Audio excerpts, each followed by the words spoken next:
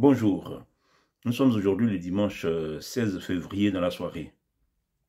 Je voudrais aujourd'hui parler de la nécessité de faire la promotion de la vérité et du bon sens face à un certain nombre de périls qui menacent la paix entre les peuples. En particulier, je pense que c'est un combat juste de défendre sa patrie, de protéger les intérêts matériels et moraux du peuple dont on se sent membre, de lutter pour la perpétuation de ce qu'on est, de ce qu'on est.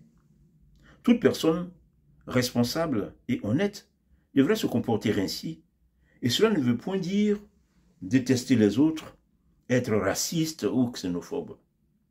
Les propos du genre « le nationalisme c'est la guerre » sont totalement infondés. Alors cela m'amène à une réflexion sur les questions de migration, de diversité, de cohésion, communautarisme et autres. Depuis toujours, sécurité et prospérité sont les principales préoccupations des peuples. Les dirigeants politiques, quand la société en a les moyens, quand ils en ont les capacités, les dirigeants politiques peuvent ajouter aux attentes basiques des populations des ambitions de puissance, de prestige, d'expansion ou autres. Ainsi, depuis la nuit des temps, guerres de conquête, de vassalisation, de colonisation ou de libération ont largement contribué aux péripéties de la chronologie universelle. Souvent, ça a été des guerres, mais même des fois, c'est simplement des pourparlers en fonction de la force des influences des uns des autres. Et ça a été ainsi dans toutes les contrées, dans toutes les parties du globe. S'il est vrai qu'une société fermée sur elle-même ne peut que se scléroser à la longue, il est encore plus vrai que tout dirigeant responsable doit contrôler et contenir les flux migratoires dans des proportions telles qu'il ne ruine pas la cohésion de la communauté dont il a la charge. Dans l'histoire de l'humanité, il faut le dire, la diversité sur un territoire donné a toujours été une conséquence de vagues de migration pour diverses raisons, raisons économiques, raisons politiques ou autres.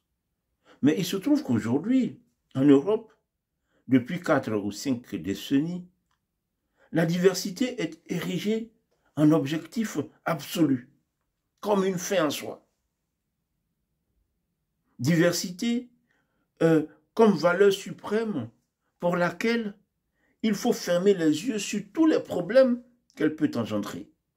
Des problèmes de sécurité, des problèmes de cohésion nationale, de communautarisme, des problèmes d'appauvrissement général, parce que si il y a un nombre important de gens qui arrivent, qui n'ont pas de formation, qui ne sont pas adaptés au marché du travail, qui sont pauvres, mais tout cela contribue à un appauvrissement général de l'ensemble de la société.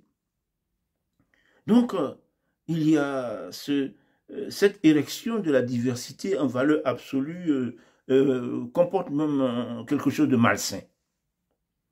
Les activistes de la créolisation, du grand remplacement ou de la submersion migratoire sont des dangereux apprentis sorciers à mettre hors d'état de nuire. Aujourd'hui, il est évident que l'objectif de cette nébuleuse immigrationniste en Occident est de détruire la civilisation occidentale. Ce n'est pas de la générosité. C'est parce que quand on voit des gens qui arrivent et qui sont dans des conditions déplorables en Occident aujourd'hui, c'est juste la société qu'on est en train de détruire. Il se croit, je pense, à deux doigts de réaliser un vieux rêve des esprits prétendus des Lumières, rêve qui a dérivé dans un déferlement inouï de haine et de violence contre la monarchie et l'Église pendant la Révolution de 1789 et pratiquement un siècle plus tard également pendant la Commune de Paris de 1871. Alors, aujourd'hui, sur la base d'arguments fallacieux, on parle de solidarité internationale avec les autres peuples, de dette pour le colonialisme ou le néocolonialisme, ou de valeurs de rejet du racisme ou de la xénophobie. Donc, au nom de ces arguments fallacieux, ils ont réussi, il faut le dire, depuis l'après-guerre, à se faire des alliés dans les populations d'origine africaine, que ce soit les populations maghrébines ou les populations subsahariennes. Des alliés qui partagent donc aujourd'hui leur haine de l'Europe, leur haine du blanc. Le combat intellectuel pour la déconstruction des inepties gauchistes, puisqu'il faut les appeler, il faut le dire, de ces inepties gauchistes, est indispensable à leur affaiblissement. Et à ce sujet, je voudrais saluer, me réjouir de l'espoir porté par la nouvelle administration Trump. Oui, merci à Trump pour le holà. Holà sur le wokisme, holà sur les nombreux délits d'opinion qui empêchent aujourd'hui un débat serein, holà sur cette diversité toxique, holà sur toute cette offensive pour la décivilisation. Merci au vice-président américain, J.D. Vance, pour ses 2 prises de parole cette semaine sur le sol européen. Prise de parole à Paris, lors du sommet pour l'action sur l'intelligence artificielle, prise de parole à Munich, à la conférence sur la sécurité de l'Europe. C'est vrai que les États-Unis, vu leur position particulière, peuvent être décisifs dans ce véritable tournant dans l'histoire de l'humanité. Mais c'est tous les intellectuels, toutes les contributions, que ce soit en Europe comme dans le reste du monde, c'est tous ensemble qu'il faut lutter pour la vérité et le bon sens. En tant que subsaharien, je sais que certaines vérités sont restées à ce jour inaccessibles aux Occidentaux, en raison de ce que les élites universitaires de gauche, c'est ceux qui écrivent l'histoire, donc ces élites universitaires de gauche les ont mises sous le boisseau. Il se trouve que les opinions africaines resteront majoritairement hostiles à l'Occident tant que les mensonges gauchistes, initiés depuis la décennie 1940, persisteront. L'occasion sera venue de reparler de ces mensonges gauchistes. J'en parle suffisamment, j'en parle longuement dans mes écrits. Rétablir la vérité sur la relation Europe-Afrique noire depuis le XVe siècle, depuis la fin du XVe siècle, est le sujet principal de mes 2 derniers livres. Le dernier, d'ailleurs, que j'ai ici, Haine du blanc et monde noir, j'espère que vous le voyez bien, que je vous présente. À ce stade de mon propos, je vous invite à 2 observations pour faire comprendre où est-ce que je veux en venir.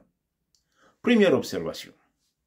Qui aujourd'hui peut se permettre de dire que l'entreprise coloniale européenne s'est généralisée à la fin du 19e siècle en Afrique noire avec une adhésion majoritaire des élites et des populations noires et que cette colonisation fut globalement très bénéfique pour les Africains?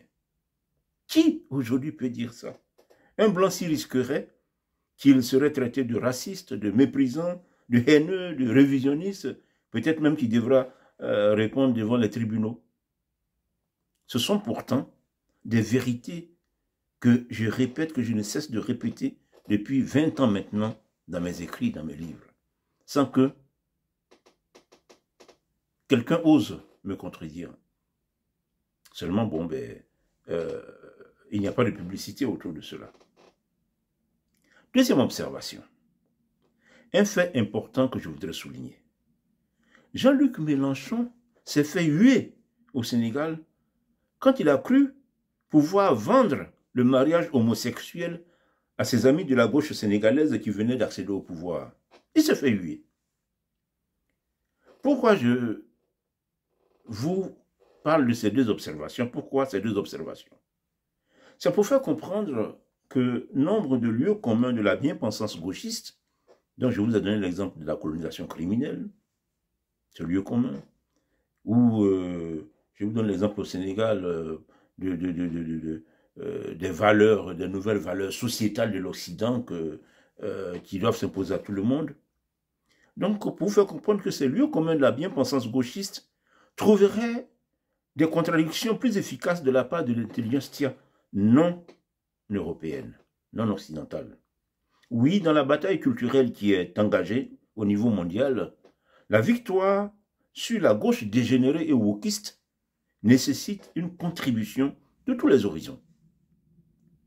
Dans notre monde devenu un petit village grâce à Internet et aux autres facilités de communication, le combat des adversaires de cette gauche dégénérée doit intégrer des acteurs de divers horizons, des esprits honnêtes qui savent que les concepts de nation, de civilisation, de faits naturels, de faits biologiques, que tous ces concepts-là ont du sens et que chaque peuple a le droit et le devoir même d'exiger sur son sol de la part des immigrants le respect des traditions héritées de ses ancêtres.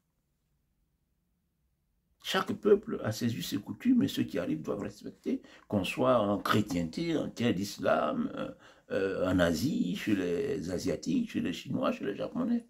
Qu'est-ce qui est compliqué à comprendre dans ça? Ce n'est que du bon sens. Je voudrais terminer en disant que je suis en recherche de collaboration avec toute personne de bonne volonté pour contribuer à bâtir une humanité apaisée. Je fais ce que je peux à travers mes livres et aussi à travers ces vidéos que j'essaie de produire. Et voulant désormais consacrer plus de temps à cette activité d'échange avec vous, je vous demande déjà de liker, de commenter, de vous abonner, de partager, de sorte que la chaîne puisse avancer. Merci et à bientôt.